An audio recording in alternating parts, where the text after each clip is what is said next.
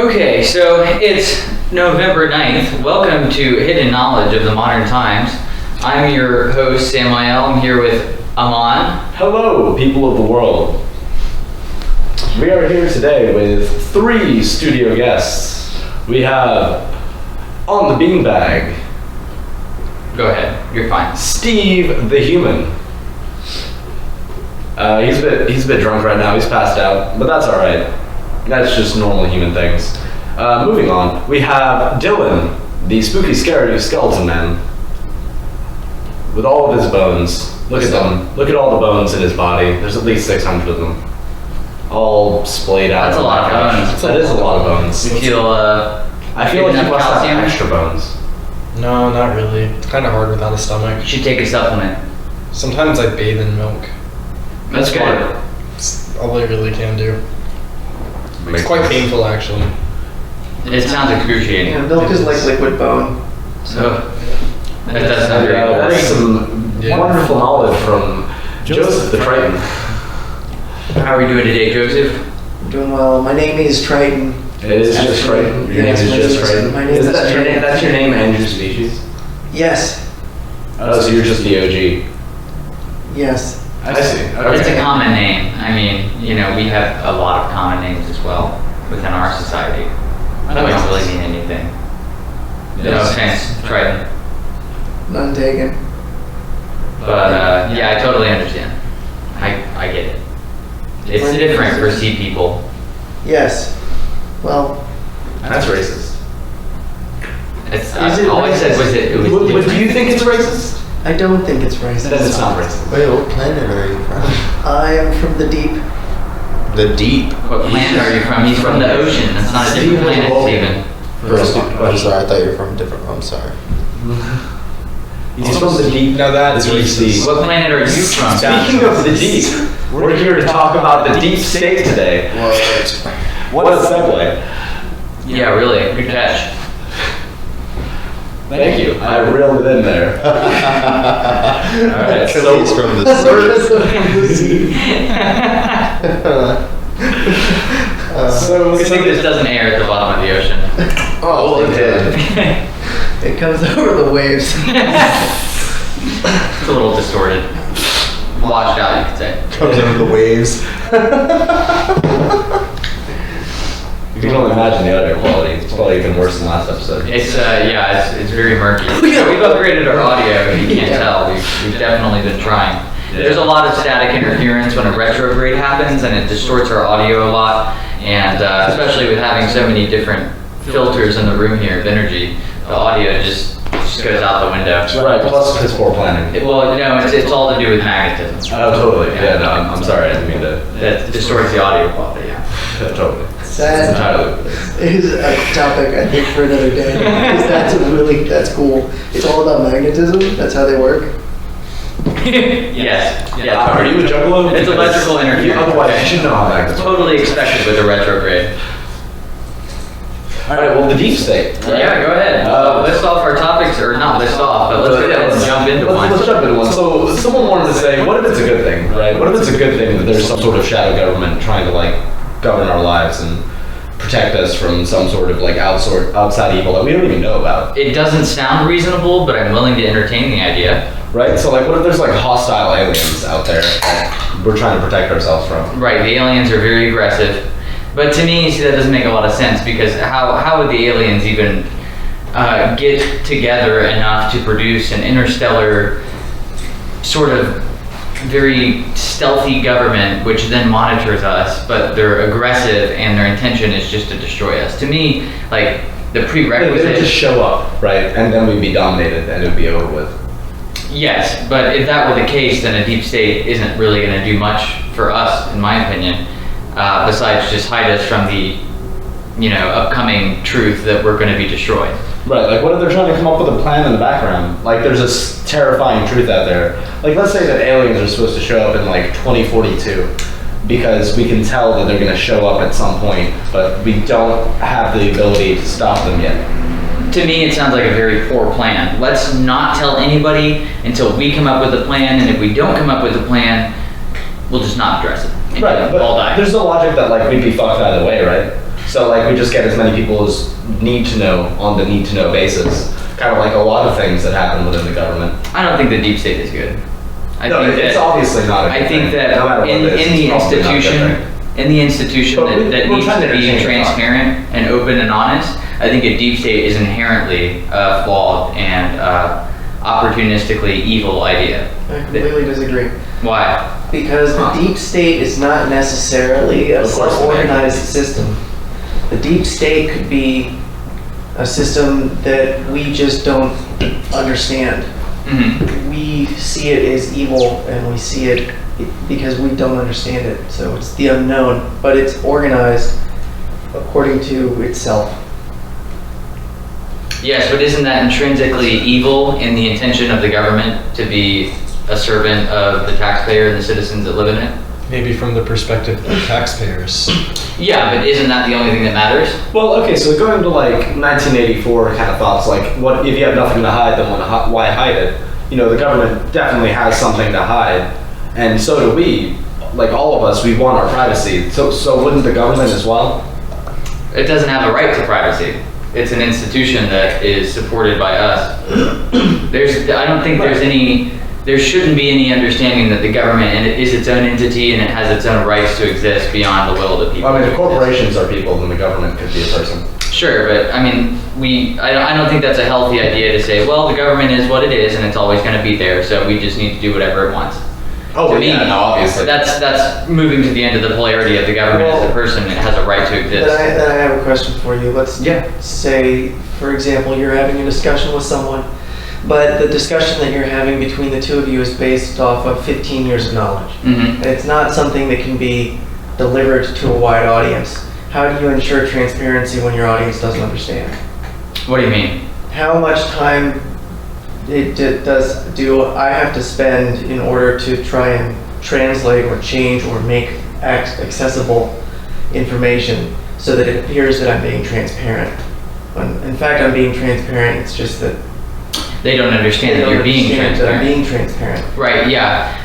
But I would say the hiding, like let's say, this is what I'm thinking, right? The Pentagon has significant amounts of money that disappear and then go to probably projects that support a deep state, like black projects. Well, That's intentionally being hidden. They're intentionally losing that money and it's pretty obvious where it's going. Yeah, I mean, like Blue Book or anything like that. Yeah, who knows? But we know that it's probably not just disappearing. And there are things that the government's doing right now that they will not tell us about, and if we found out about it, they would. Or they silence us. intentionally lie about it, like the whole Libya consulate situation. They directly lied to the American people about it. okay, but the people in the Pentagon are aware that they are people. Yes. They're people and they manage to get into the Pentagon. So to them, it is accessible knowledge. Because they understand Yeah, to they them. have jurisdiction, but they also understand they're just people. And therefore, anybody could have the right to be in that room. So therefore, they feel like they've exercised no undeserved. Right, so you I can assume see that, it like like, that. on average, an ethical person will find their way into that room and will find their way into that classified information. And assuming that they are an ethical person, they would share it with the American people if it was something that they felt like should be shared with the American people. I can Is see what it you're that kind way. of arguing. Yes. Because eventually they're going to declassify it. All of these questionable things like the CIA has done over the last couple of decades have been declassified. But I still think that raises the idea that, like, you know, when you're testing acid on your citizens and then you'll say it's fine, we're going to declassify it 60 years later. I'm going to destroy hundreds of lives and use these people as my test subjects, but it's fine because I'll declassify it later. I still don't think that stands up to, like, public scrutiny. I think that's still inherently an evil idea. It definitely. Well- I mean, it's taking advantage of the American citizen and their trust in the government. Right, yeah. People become crops that just produce cash and money, and then this organization does whatever it wants with it, and then there's no accountability. But if that's not the best way for the system to work, then it would be better if somebody knew up front what they were being tested for, right? Is Yes. what you're suggesting. Instead of being kidnapped and drugged. Which is what they do. Yeah, they literally did that and it's declassified. Well, it seems like results wouldn't even be useful because It wasn't. Yeah, I know. MK Ultra wasn't declassified until later on when the Freedom of Information Act was implemented. Yeah, just recently. Yeah. Well, no, the Freedom of Information Act started, I think, in the late 70s. Well, no, the CIA declassification of all the tests they did, I think like 60 years ago. Oh, On MK American Ultra has side. been declassified Yeah, for a it while. takes about 50 Yeah, years not for MK something to Ultra, get but- classified. Oh. I think it was only like 4 years ago that they declassified all the other stuff that they were doing around that time. Mm. It was probably from pressure that they declassified MK Ultra and the acid test. But the fact that they declassified it still, I think, speaks volumes. That they were just doing it and they were not held accountable and nobody cared and they were getting funding to do these things. Yeah, and the people that did it are now dying of old age, so it doesn't matter anymore. Yeah. They can't. They're not gonna fucking arrest them and throw them in jail just to have them Well- die 4 years later. what Mhm. the tests were taking place during, in what timeline after the drug was invented? Because did it go across the coast first and then we're talking about MK Ultra? Did MK Ultra Well, happen? acids existed since like the late 50s, early 60s, right? And then MK Ultra occurred when? In the 60s through 70s. So I don't know the whole timeline. If you want to say specifically people being kidnapped, I mean, you gotta. I think it's just you the gotta- idea. There's the idea that it's lured probably people- still happening in a They lot of lured parts of people the in country. with, like- you can disappear in a lot of national parks. Well, if we just assume that we know how the system works, then we're playing into the idea that we had earlier about we don't really understand the deep state or how it works. So unless we go down to the level of detail about is it ethical to steal people for LSD tests? No. That's No. like an easy question. It doesn't seem like an easy question because I'd like to know what the circumstances were that Mhm. that unfolded into that event. because- Someone's personal liberties were infringed upon. They were brought into It was a during- room it with was- white lab coats and fucking acid was dropped in their forehead or mouth and they just fucking... It was during the youth movement at the time, and essentially what they would do is they would set up brothels and whorehouses, Okay. and they would lure men in, and men would be expecting, you know, a whore, and instead of getting a whore, they would get acid on their forehead, they would get drugged. I read some interesting things about it on like child test subjects and stuff like that, where they were getting involved in child sex trafficking. So I totally find the link here. It was ethical. No. And here's why. Oh, because they were going to brothels, right? No, That was because probably at least some of no, what justified the scientists. because our search to understand sex, the person in the brothel is actually on an attempt to learn something about himself. Like there's this meeting of this. What's MK Ultra the wasn't about understanding sex, though. It was about mind control and understanding how we could influence minds using psychedelics. Yeah, Yeah. the brothels were just coincidence. That The, was just the an opportunity brothels to were set up to lure way to- men, older people Yes. in to drug them. And you're engaged in an illicit act, so nobody's going to notice if you disappear. Exactly. Yeah. well, it's, Alongside that, they were involved in child sex trafficking, where they were purchasing children to run what you would consider, child conditioning experiments, where you would intentionally condition children under certain circumstances to get them to think and act in a certain way. That was another segment of MK Ultra. We have a new guest on the show. if we want to talk about how that's unethical, then we would have to suggest by analog that it's unethical for the gay rights movement to host public readings in libraries because it's the same That's process. a wide jump. That's a very wide jump. Well, So- continue your link, just to wrap it up. I had to get across. I knew it was true, but I had to get across before I forgot what you were saying. You're talking about child sex trafficking, Mhm. which prior to that we were actually talking about MK Ultra. MK Ultra. They're CIA cover-ups that hint Right. at the existence of a deep state. The because they're getting trafficking funded. of humans for purposes. Mhm. Okay. Well, we all agree that there's some kind of life or something inherent in other people. Yes. Okay? And it seems to be a dialogue of sorts. So, is it ever possible that we would say that it's terrible, but we would also say that we're glad that it happened. So the question is, was it terrible from both sides, from both perspectives? Like, I mean, okay, so Yes. linking into what you said, right? Like, what about Nazi experiments where they found out a lot of shit medically? Like, I don't know the specifics, but it's pretty understood that a significant amount of our medical knowledge in the current age comes from the massive amount of bodies that we had during World War II and World War I. That just helped us to understand a lot of medical science. But could we have avoided that? I think it's quite ethical to say that if we should have avoided that. Even if the sum total of lives in the future is hypothetically going to be greater than the amount of lives lost during the war, I still think it would be the right thing for us to do to put a stop to those things. Even I can't think of a scenario where like human trafficking and non-consensual sex trafficking would be beneficial to the government for some way that's beneficial for everybody, and they need to keep it a secret for that reason. Because I think that's what we're seeing with Epstein. Epstein kind of managed an account of sex trafficking that involved high-profile government officials. And I don't think that's beneficial for everybody. I think it's beneficial to people that want to keep people under their thumb in the government. yeah.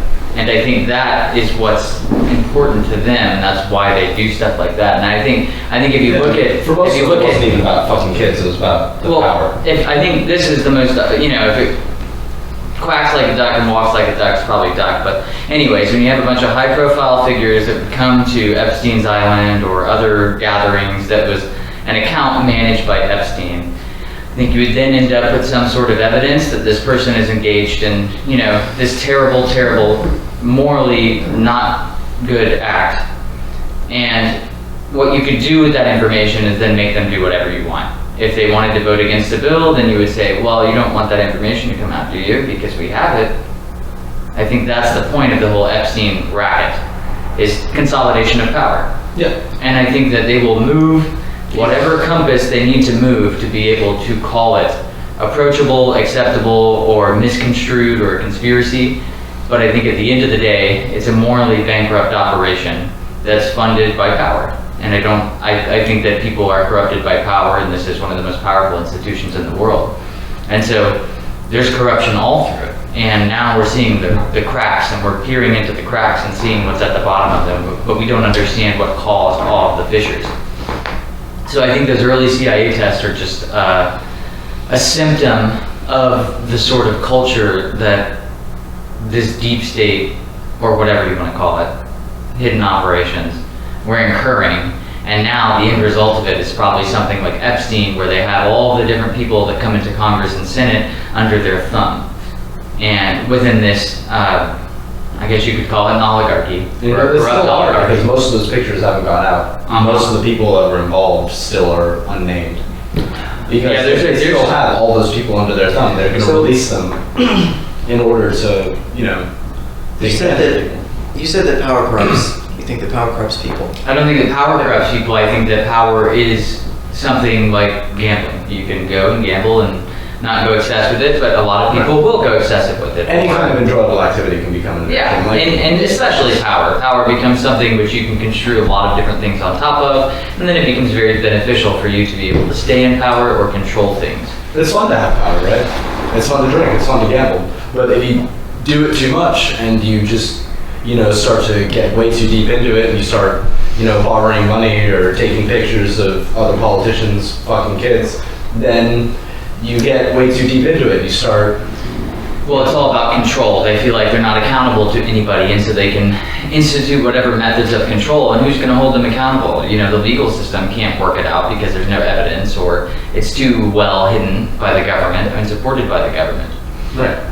I have I think, here's a quote, and 10 points to anybody who can tell me where this quote comes from, but all who have power are afraid to lose it.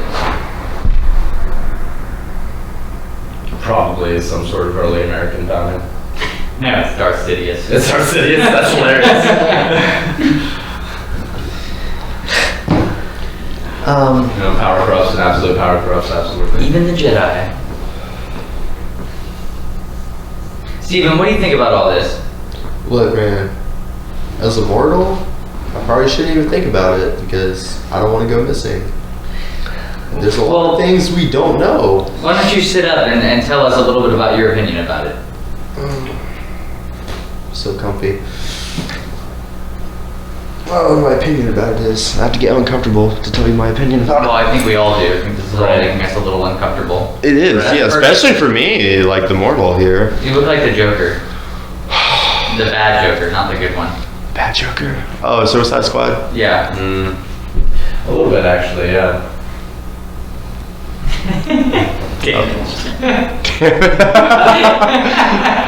Why do you There's say certainly that? some things that are damaged on his forehead right now. What? What's on my forehead? Something's on my forehead? Oh, is there? Oh, I'm sorry. I didn't mean to. Epstein didn't kill himself. Oh. Okay, well, if we're talking about conspiracy theories, We are. Epstein, no, I really don't think he killed himself Why? because he. Tell us about the evidence. I don't know too much about the evidence, but from what I have heard, like the island that he owned, that he hosted these parties, that these things went on, like and he was going to testify, he had names of officials, not just high-ranking officials, but low-ranking officials that could, if any of those names would have leaked out, that would have dismembered not just the U.S. government, but a lot of governments around the world, and it would have exposed a bigger picture of what's going on in this world. At least one member of the English royal family, and several God, members yeah, of dude, UK Parliament, yeah. and people all over all kinds of other governments. Yeah, I mean, there's. Assumedly, at least one prince of Yeah. some Saudi country. I mean, yeah, it's crazy that these sexual things that these people do go back to dark times where I'm happy that there are people who have the leisure to contemplate the things that we would all contemplate if we were given the opportunity to feel unaccountable for our actions. What is it really that we're trying to achieve? And I would also be happier to have full transparency, because if it was transparent, then it could not be coerced, because we would allow it, but we wouldn't allow it to be coercive. It's something that we're all curious about.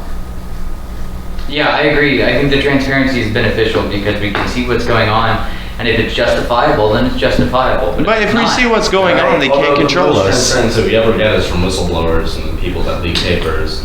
unfortunately, that's the way it seems to be now, is that the whistleblowers that are being prosecuted for leaking these things are the ones that are allowing us to see into the operations and providing us the transparency that we really need. Are to there operate. any secret societies that operate on transparency?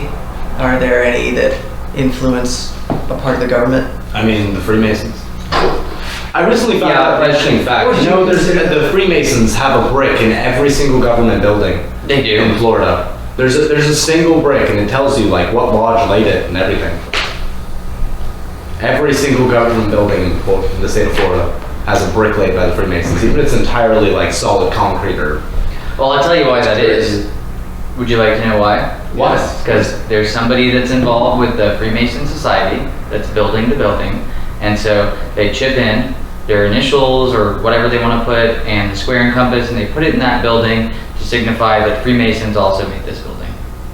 It's not a secret sign or anything like that. It's a historical record of where Freemasons were and when. Yep. And if you go all over Europe and you go into basements and you look at cornerstones, there's Freemason marks everywhere. Just shows you where Freemasonry is. So I wouldn't call Freemasonry a secret society. I would call it a society with secrets. It has its own secrets. Transparent. Yes. Relatively. Yeah, all the information is available online if you want to go find it. But you won't get the same experience out of Freemasonry if you read the plot and then go see the movie. It just kind of takes away a lot of the impact that it's going to leave on you. But Freemasonry is about making good men better, and they run you through. It's like Boy Scouts. It's for esoteric adults, yes, if you want to look at it that way. And everybody gets together and they support each other and they make sure everybody can function in the society, and then they try to benefit each other. So if I haven't told you, I'm a Freemason and I'm involved in Masonry very much, and I don't think that there's any lizard people at the top of it that I just haven't learned about yet. So I wouldn't credit Freemasonry as being anything that is fundamentally worth concerning yourself about, but that's not to say that people in detrimental secret societies didn't also at one point become a Freemason. What you do after you become a Freemason is totally up to you. And Freemasonry is kind of on the decline right now, so a lot of people in the last couple of decades that have been initiated, I personally don't believe are up to the standard of what a Freemason should be. Would you say it would be accurate to describe Freemasonry as a sort of combination of teaching a trade, but also teaching a set of philosophies?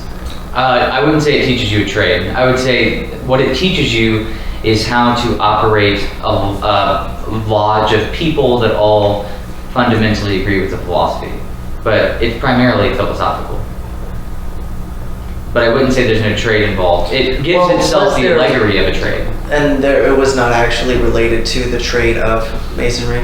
No, but it's all veiled in the allegory of Masonry. So everything in Masonry, like the square and compass, is used to square. To take an ashlar and turn it into a nice cubicle thing that you can use in a building. So it's about our abstract understanding of how to make good men better. Squares. You use the tools that you have available to take the rough stone, the ashlar, and turn it into a nice cubicle work that you can then assemble a temple out of. And you use that metaphor for yourself in order to better yourself. Right. So I think if you're looking at Freemasons as the bad guys because they're a secret society, you're looking at the wrong people, because those are the people that rebel against the fascist British government in order to establish this country. I mean, that's what they do time after time again, is not stand tyrants, because good men don't stand tyrants. Right. So I think that if you're looking at secret societies and you're saying secret societies are bad and you point at the Freemasons, I think you pointed at the wrong person. I think that if you look at a secret society and say, who are the good secret societies? I think Freemasonry is going to be the one you want to look at. Because it's made of individuals that are good men and value freedom and liberty and the ability to seek your own spiritual path no matter what it is. And everybody else support you. Have you guys done the Star of David on the back of the dollar bill? What are you talking about? Oh man, I'm about to blow y'all's mind. Keep going. Keep going. Would it be fair to say that all out money. all organizations are made out of individuals? Yeah, but I don't think always that the mentality of the individual is incorporated. So like in a cult, you would overcome the individual in order to get them facilitated into the organization's beliefs and structures. Freemasonry they would accentuate the individual's thought, whereas a cult would indoctrinate you into the cult's thought and try to erase any individualism you produce. Yeah, one doesn't care that you're an individual. You're just a tool to be used by the organization. In Freemasonry, it's the opposite. The organization is a tool to be used by the individual. Exactly. But it's really just two different approaches. The end goal is the same, which is to get greater value out of the environment. So But for who? if you're Freemasonry and you're teaching people and they all go out as individuals and they do better things, then it's sort of like this exponential expansion Hopefully. of good, right? And what's the contrary? What's the alternative?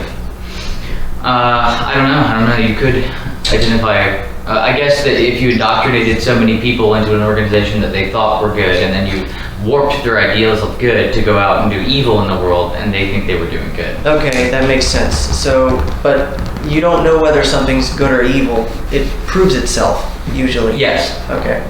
So what you're saying is that if a person is using coercive power to use a cult to divert their attention. It's only evil if it fails and he misses the mark. But it's not evil if he leads them down the right path. What about this bowl that's in the saw? Let me see it.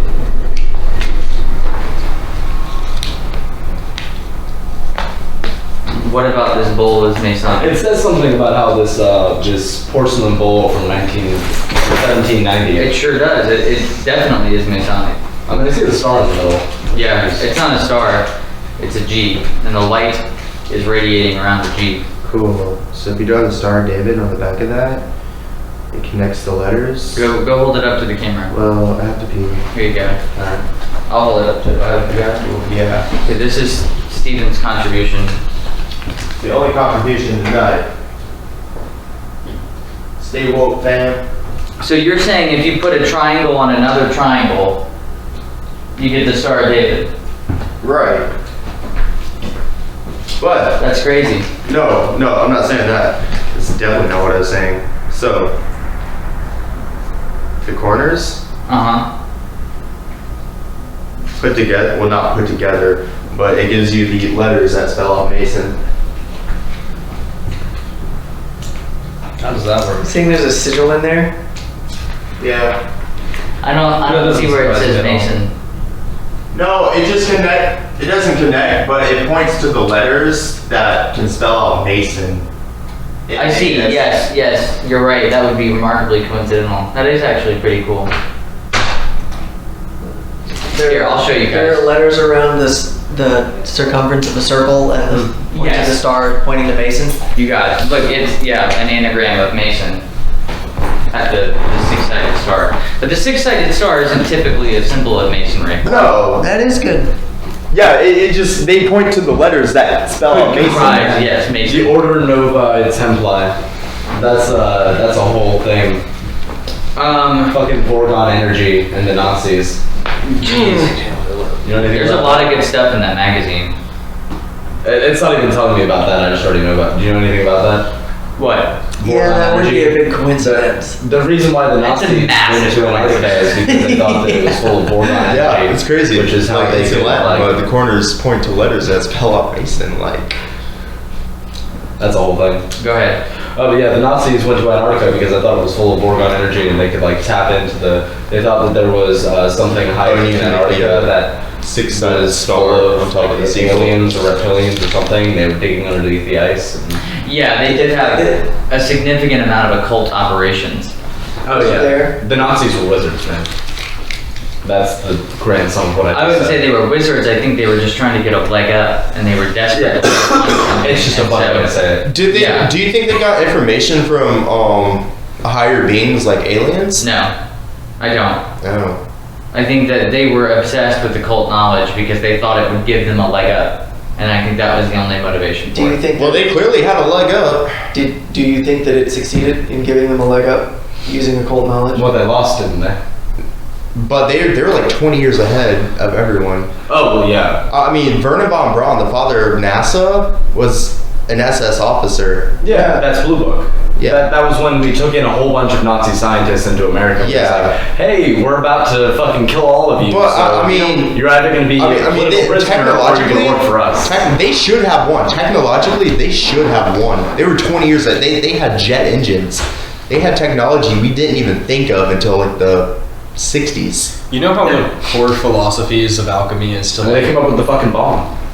Wait, well, what is Yeah. is their success and their rate of success in any way, do we think, related to the amount of change that their regime had over the world? So is it a necessary alchemical exchange? We still talk about them to this day, and like Hitler is a household name. Yeah, I Like mean 80 we're years living on after the he skeleton. died, so like this country you could is call that living a on the level of skeleton success. of Nazi Germany. If you think I think about the whole world is. Yeah. Yeah, it We need to fundamentally not changed the world, and there's no way to separate that because World War II happened, and Nazis were the primary component of World War II. Yeah. And their philosophy caused the world to come together in order to stop them and their regime of Yeah. fascism. so And I so we believe have Dylan has something to say. no matter what, we have to deal with that. So you know how like the basis of like an alchemical process is essentially to in order to create something new out of something, you have to first destroy what already exists. Sure. So the processes of alchemy go into like, can also be used in a sense of spiritual healing, like much like you were talking about, like how Masons were explaining, like they take the brick and, you know, you apply these concepts to your life. Well, alchemy is a very similar process on doing Sure so. is. But there's like this core philosophy, and like you see it, and I'm sure like you've experienced it in your life, where you've grown, and you've only grown because you've witnessed or been through a devastation. So your hardship brings you an unfolding of beauty and moving forward in your psychological and spiritual development. Well, as everything around us is a system and we are a reflection of that system, the same thing happens to the world. It's like war only happens to evolve society around us. Like World War II only happened specifically to advance our technologies and advance our medicines and advance what our standards of living, essentially. I can see that from an esoteric standpoint, that at some We point, had arguably one of the best points in human history during the 50s, right after World War II. yeah, the Cold War came after World War II because of all the progress that had been made during World War II. The atom bomb, jet engine, and now we were so overwhelmed with the amount of technology that we had a race to get to the moon, yeah. To try to beat each other on the technological progression that was sustained from that World War II. Wow, so was it all based in occult secret societies? Is that all the momentum that generated the entire to the moon? You know, was it someone? Well, did we even land on the moon? Was it for people performing rituals trying to get to the moon that eventually caused the massive momentum that tore through like World War II? I would say that that's pretty reasonably possible, that the Nazis' obsession, and also the US had an obsession with paranormal things at the same time too, because Nazi Germany started kicking into looking into it, and so other nations started looking into it too, to say, is there something to this that I can get a step ahead and stop Nazi Germany from acquiring this? And there's a common story about like the bell, the Nazi bell, the UFO that worked. So it seems to be that the Nazis got some sort of technology, applied it, were almost to the jet engine, almost to something like the atom bomb, and then everybody else just kind of said, okay, well, we can't let them have that technology. That's going to be devastating, so we need to get on that train too, of occult knowledge. And I think either the thought process, or maybe, you know, really powerful things that were acquired that were then reverse engineered, definitely I think caused a lot of the technological progression of the 20th century. And you know, Roswell didn't happen too long. I think Roswell is pretty significant because there seems to be a fundamental cultural change about technology after Roswell. And I think it's pretty hard to argue that something obviously occurred at Roswell, which then gave us access to some sort of technology which then or people thought differently afterward. There's an argument that like Wi-Fi came out of Roswell. Like that kind of technology started to cascade slowly into humans. I would say. What was the Roswell event and when was it? A UFO in 1947 crashes into the desert. Yeah, it's the War of the Worlds. The military shows up, acquires it, takes off, lies about it, and then comes back later and says, no, it wasn't a UFO at all. I was totally lying to you. Actually, it was a weather balloon. Don't worry about it. I have all the pieces.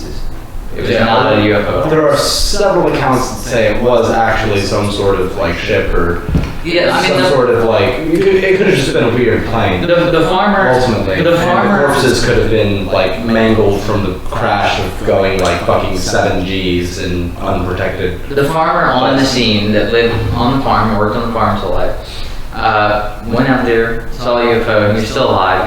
He's alive for decades and would interview about it, and they never made any attempt to cover it up. But what they did was when it crashed, they immediately showed up with the army and they recovered all the pieces of technology. So it's not to say that it was explicitly like an extraterrestrial UFO, but there was some sort of technology they acquired, which I think fundamentally changed the way that they started developing aircraft. They claim No that question there about are that. 2 corpses of grays, like actual gray aliens, so tiny gray men, 4 feet, 5 feet tall. But I think that's all you really need. Like everything. Well, here's the question.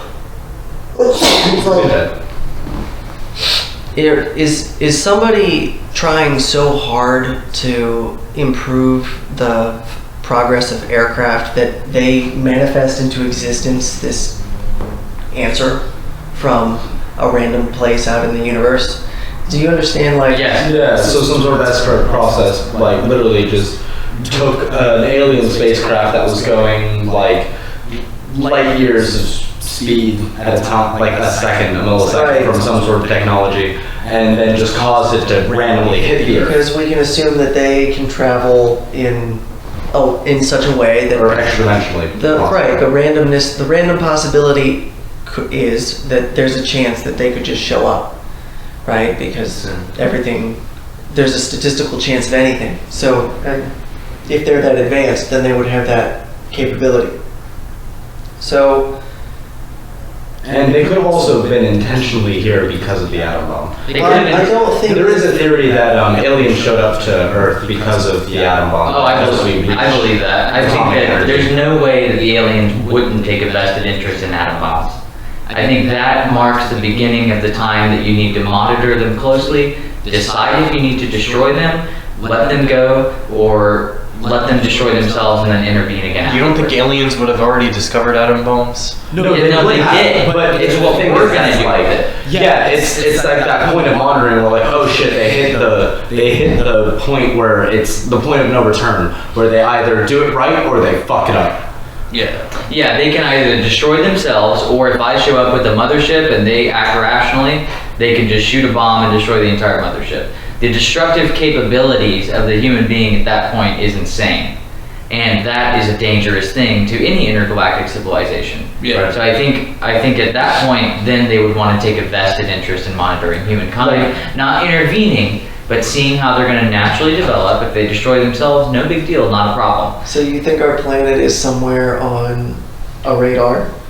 I think after the atom bomb, yes. I think there's an overwhelming amount of information out there that proves that there's obviously some sort of strange aircraft or interference from outside our planet that indicates that something extraterrestrial is going on. And I can't make any concrete statements about it.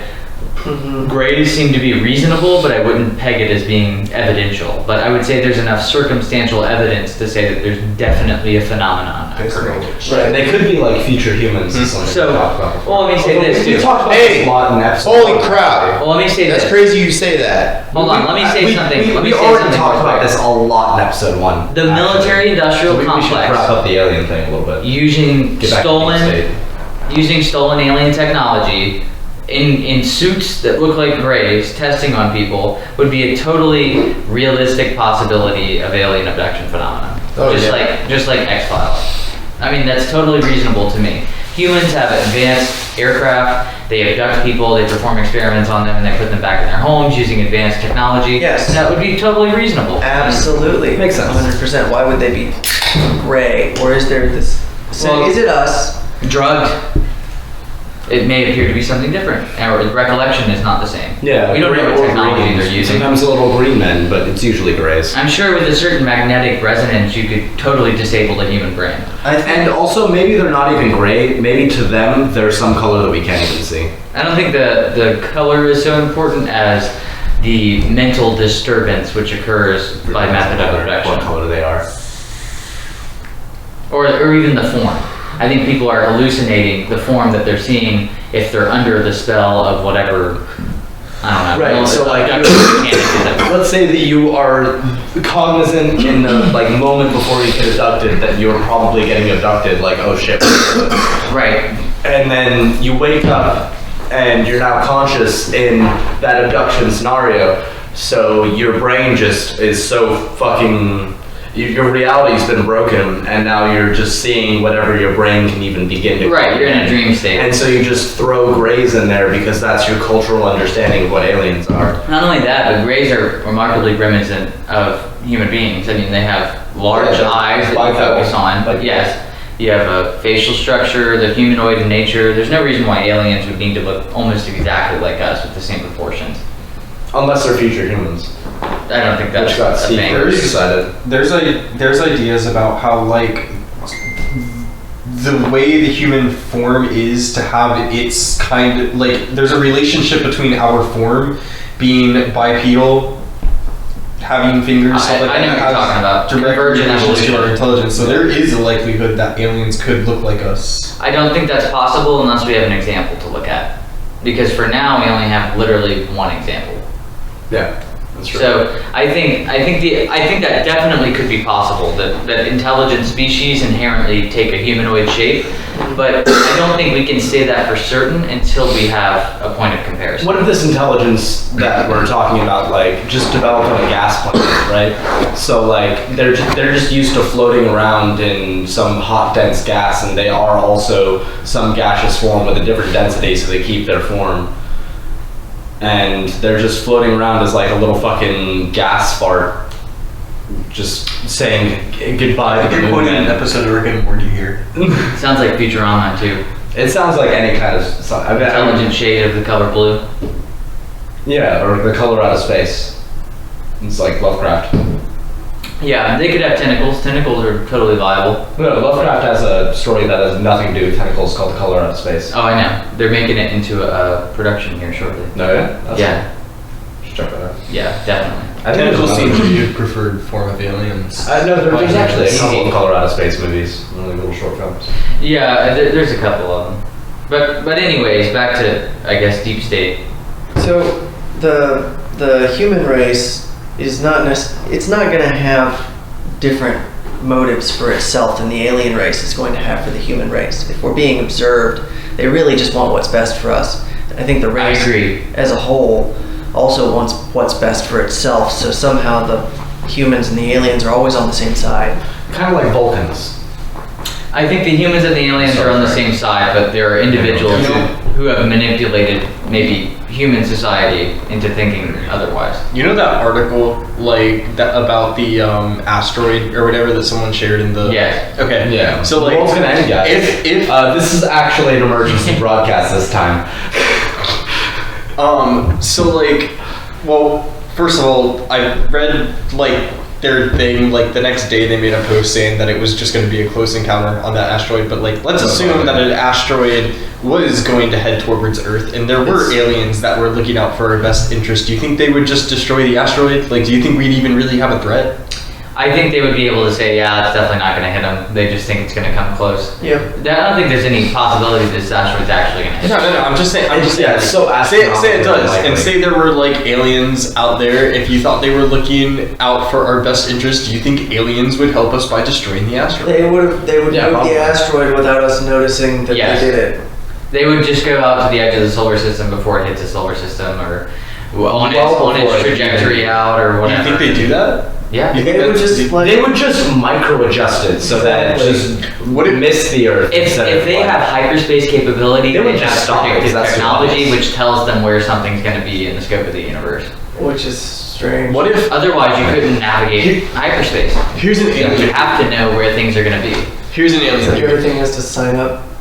What if, like, some civilization out there came first and they got like super advanced and they're like, you know, we're really bored, let's go build our own planet. So then they planted humans, and like we're just an experiment of aliens that are like Well, you know, an ant farm. a classic thought of alien life is that what if we're that civilization? Right. True. Yeah. Because there doesn't seem to be any sign of intelligent life anywhere. We're also one of At all. how many galaxies? Like just the Billions, Milky Way. trillions, yeah. Just the Milky Way, we can't really find anything with the, yet. with the new satellite. But there's launch. 40 billion habitable planets, and then if you break it down, cut out some of the things, and there's maybe like 10 billion, and then keep cutting it down, the number gets lower and lower. Or, you know, But eventually, we could find a habitable planet that at some point probably hosted life, Well, we just and launched. then we can figure out if there's a civilization there. We just launched a new satellite recently, a new telescope that has like some sort of special like gold plating or something on it that's supposed to help it see past certain interference that the sun gives. So this telescope is supposed to be insanely powerful, can see to like the surface of planets and stuff like that, and it's supposed to be able to like get us some new information about like close by solar systems and stuff like that. Exoplanets. So I'm interested to see. I forget what it's called. I'm interested to see like what kind of pictures and stuff. I know it puts up. Planet Finder has been a satellite that's been in use for a while, and it's found a significant number of exoplanets that could potentially support life. Yeah. This would have been launched early 2019, I think. What I'm thinking of would have been launched early 2019. To me, it's a little crazy. If you look up the Greek legend, it's not a legend, it's an observation of Phaeton. There was a planet called Phaeton in Greek culture, and they weren't stupid. They knew how to identify planets. Yeah. And anyway, so Phaeton blows up, and then we go out into space later in our progression, and Phaeton seems to be an asteroid belt. Mars seems to be a derelict planet that could have supported an atmosphere at some point, and then you have a remarkably coincidental planet that has a very strange moon, and then life on it too. So I'd like to throw that idea out there. Yeah, life I could think- exist in our solar system before us even. I think there seems to be trail involvement in our solar system. I think it was mushrooms. I just want to say I think mushrooms are not from this planet. Well, they have DNA, so they would be whatever kingdom we're part of. I think DNA is the big thing. If we go to Mars and we find that they have a DNA-like structure, that's fine. There's independent extraterrestrial life. If we find that there are organisms on Mars with DNA, that is very significant, because that means that they share the same evolution with us. Just if What's so funny, I'm Jeff? laughing because I'm thinking Yeah, what about I'm saying is that, from the perspective of fungus could have come from another planet. from the perspective of like or been one of the sparks of life. strain of DNA. Yeah. I've just crash landed on a planet. My planet was hurtling and crash landed on another one. Sounds bad. I know. Us as people, like, what is it? What is the energy of life if it's coming from the sun and just crash landing on the surface of this planet when it eventually organizes itself into an alien civilization, and then there's diversity. See where I'm going with this? Like, what is the energy that's arriving in the first place that leads to the development of civilizations that will eventually perhaps populate and travel and collide and create new, but where does it come from? Where's the source? Stars. Okay. we're all made Yeah, stardust. I mean, like, there is an intentional seeding theory.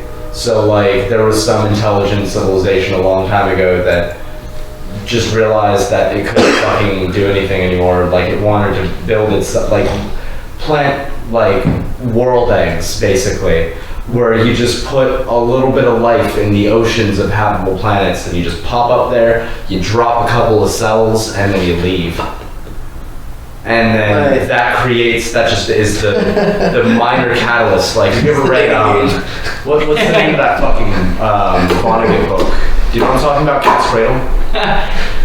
I don't feel like that's entirely improbable. Has anybody here read Cat's Cradle? No. Okay, well, there's this thing called Ice 9 in the book, where it's like a shape of water. I'm not talking about the weird fish fucking movie, but like there's a shape of water where the freezing point is above room temperature. So you just, it's a real scientific idea, and it's kind of abstracted for this book. But anyway, so you just take like a little vial of Ice 9, you drop it in the world's oceans, and then the entire ocean freezes over immediately because it falls into that exact structure of Ice 9 as opposed to regular water, just by touching it. And it's that same idea of like you drop like a couple of fucking cells in the world's oceans without any life having existed in it before, and then you have life on that planet. Life now exists, and it will find a fucking way. Well, yeah, I feel like it's panspermia. If you take a planet, like an exoplanet, and we shot a capsule full of bacteria at it, there's no question it would evolve on that planet. Everything is right. It can live on that planet. Eventually, It will find a way to exist. something like when it mammals or encounters- reptiles or whatever kind of life would eventually exist on it. Well, that's a good question, is what phylums it would start to produce out of its own evolution.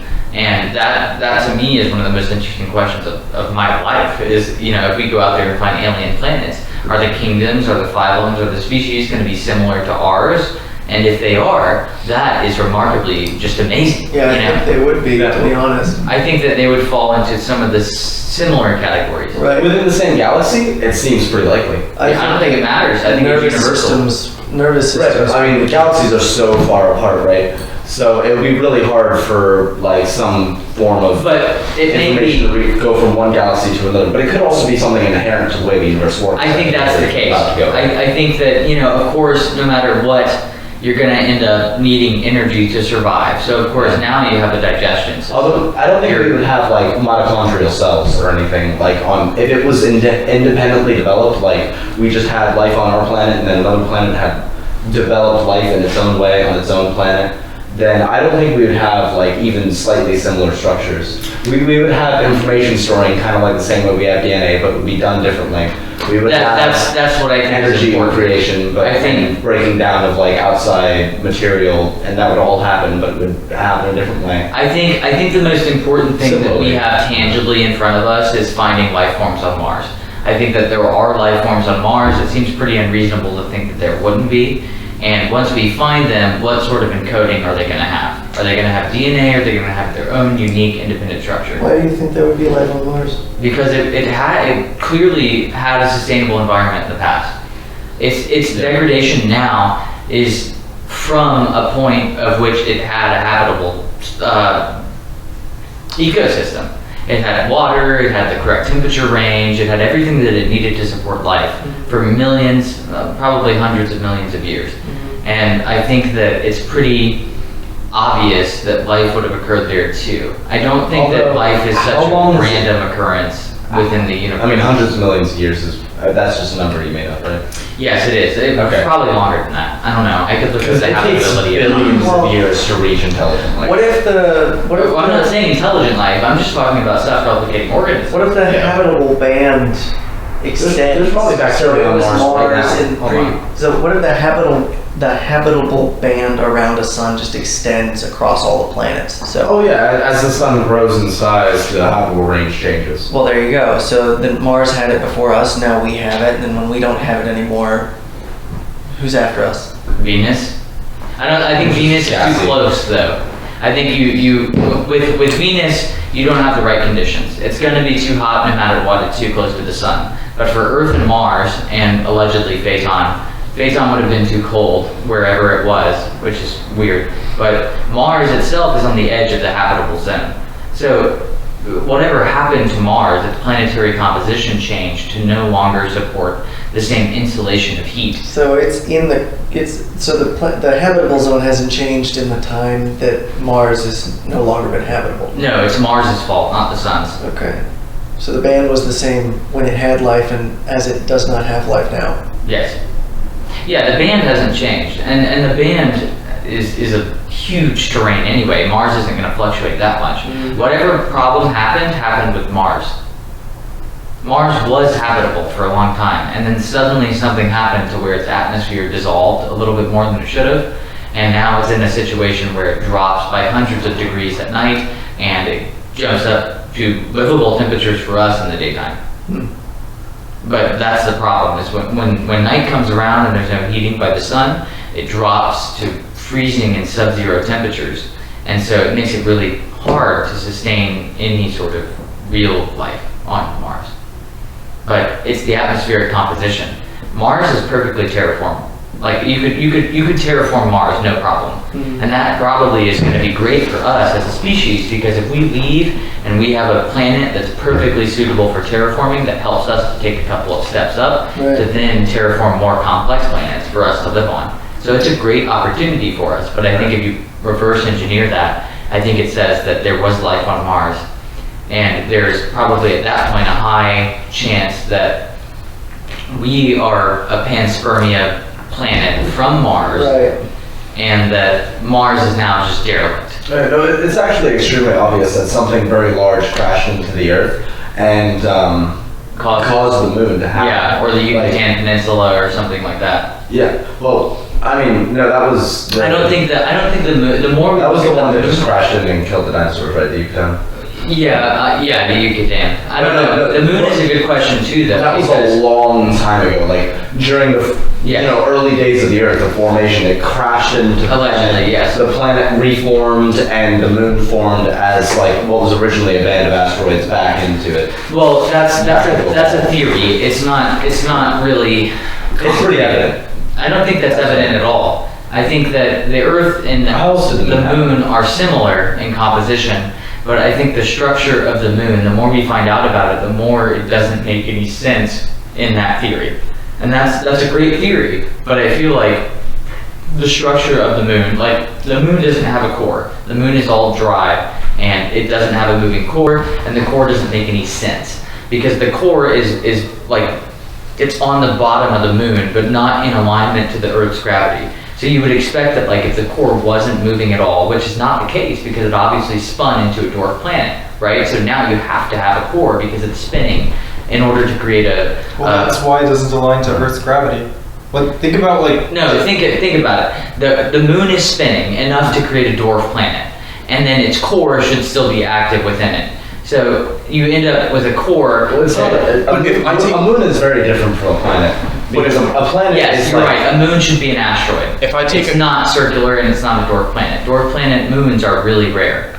So now we have a dwarf planet that shows up out of the contents of the Earth from the early formation of the Earth, and then its core isn't present. Its core has solidified in a different direction, and even it if probably has it's something not, to do with the way that it's formed. Oh, I see What I'm what you're trying to getting say. at. It's like, think about like putting the a composition string of on the a moon cup. is either extremely rare. Yeah, it Which is igneous weird. rock that's full of porous material, right? So the moon is very porous throughout most of it, and then at the very bottom it's very dense because that's just the way that it reformed and the way that it, No, I'm saying like, condensed. imagine putting a string on a cup and putting water inside that cup. You spin the cup around really, really fast, and the water is going to stick to the base of the cup. The moon is spinning. There is a lesser dense material in the core of the moon. Now imagine that the moon being hollow. What if it was just a bubble from the Earth in the form of lava?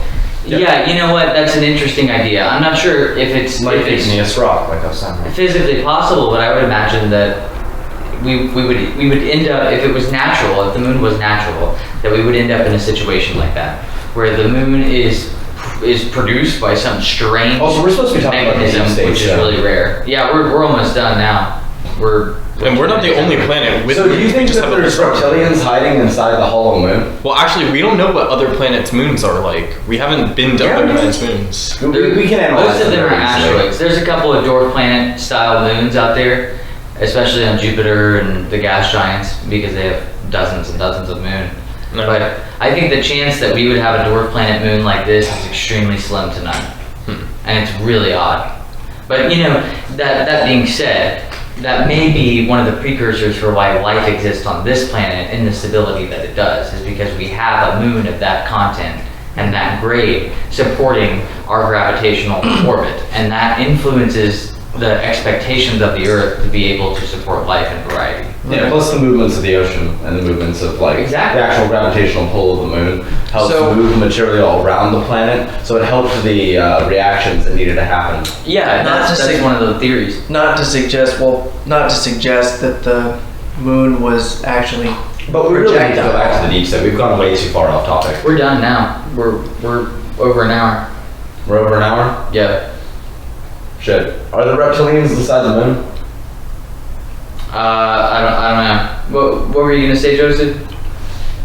Well, when you were talking about the density of the moon, made it sound like it could have been a projectile. But then we were discussing how it could have been natural, and I can't remember how it would have been natural. How could it have come naturally? I don't know either. Okay. It would have occurred. It maybe could have occurred by a natural process which we're not aware of yet. Yeah, the theory is that something massive crashed into the planet, and then a bunch of material from the planet itself also formed into a belt around the material that stayed in the core of the planet, and then they formed into two separate entities that Well, right, yeah, it's hypothetical at that It's point. not I think necessarily that It's not entirely Another- hypothetical. That's pretty proven. it's civilization not proven. has hurled the moon at us, but at least the fact It's a that the hypothesis, moon not a theory. You're right. occurs in its rarity around us, if just by some random sequence of events, is necessarily the pattern that has to exist for life to exist. So maybe it was an alien civilization that shot a moon bullet, or maybe it's just that this is the pattern that has to be. They shot a moon bullet. That's pretty interesting. That's a really interesting idea too, is that maybe an alien civilization planted an artificial moon to support the habitation of life on this planet because they knew it was possible and it was a slim to none chance unless it had a moon. I think Right, that kinda like that- when we that conceptualize rolling aliens, it's our sort of projection image out Sure. of ourselves, right? Yeah, us in space. So if it was just the random space and our moon happened to occur with such rarity that caused it to have tides over the earth, which led to the growth of a consciousness, then we might very well perceive as though it had been some kind of moon bullet, because we would still be seeing ourselves as the aliens on the other side Yeah. and not realizing that it's actually just this growth process, just this random inherent growth process. We'll have to have an episode about the moon. Right? Maybe the deep state is actually the aliens that planted this world egg, and they're the ancient aliens that helped us build the pyramids, helped us figure out what a triangle is. Yeah, I feel like this is warranting of another episode. Yeah, I we feel could like- actually continue into this next time. Yeah, I agree. I feel like we should do Deep State Part 2. I feel like that would be a great idea. Yeah. Yeah. No, let's do Deep State Part 2, Moon Egg Boogaloo. We could just start with like our topic, just our second topic question. I don't. Yeah, I know. No, we actually- we didn't even get beyond. We actually did after go, the first at all. what if it's a good thing and Epstein, but we did not get to what if it's non-human? Are there reptilians inside? See, that's the big Although question. I did ask and we did get a no, so. Are there reptilians? And if so, what's their involvement with the deep state? And I did actually, oh man, I did mention Nazis in Antarctica too, so that one's off too. Yeah. You have anything to say to close out, Joseph? I'm looking forward to episode 2. Yeah, Oh, I think yeah. this is a conversation worth continuing. I like Our spooky skeleton man, do you have anything to say? it. Looks like that. You have a cat? Yeah. Very cool. Steven, let me transfer over to the Steven camera here. Steven, do you have anything to say to close this out? No, not really. Epstein didn't kill himself.